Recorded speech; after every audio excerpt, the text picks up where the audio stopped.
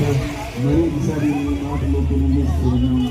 ఈ శాంతియుతమైనటువంటి క్యాండిల్ ర్యాలీలో దేవుడు ఇంత విజయవంతంగా మరి ప్రతి సంఘం నుంచి ప్రతి రాష్ట్రాల్లో కూడా ఇంత ఉన్నతమైనటువంటి ఐక్యత కలిగినటువంటి బిడ్డలుగా వారి యొక్క నివాళులు అర్పిస్తున్నటువంటి సందర్భాన్ని జ్ఞాపకం చేసుకున్నప్పుడు చాలా సంతోషంగా ఉన్నది.